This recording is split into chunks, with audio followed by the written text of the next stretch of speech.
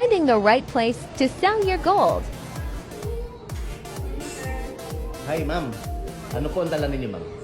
So bali, meron po ng bracelets po. Oh, wow, bracelet. Ano po itong mga to? Parang naipadala nyo ba sa ano ko, sa Viper ko? Ay, hindi. Hindi, Kasi no? nakita ko lang po kayo sa Reels and then like, gusto ko na pumunta dito sa physical store. Ah, okay. Ngayon, I looked it up kasi sa online. It says na 18K sila each. 18K gold. 18K po lahat to, ma'am? Yes. Galing ah. Saan niyo po nabili po ang mga ito? It's from my mother actually. Oh, Galing yung sa mother. France pa. Oo, nung araw, mababa lang presyo nitong mga to, no?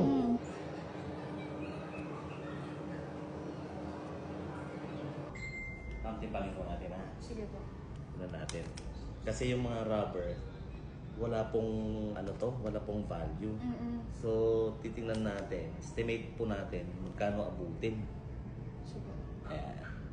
Ma'am, sa 60,000, ang nakikita ko po rito, kasi mangyari, di-display ko na lang dun sa harapan. Yan.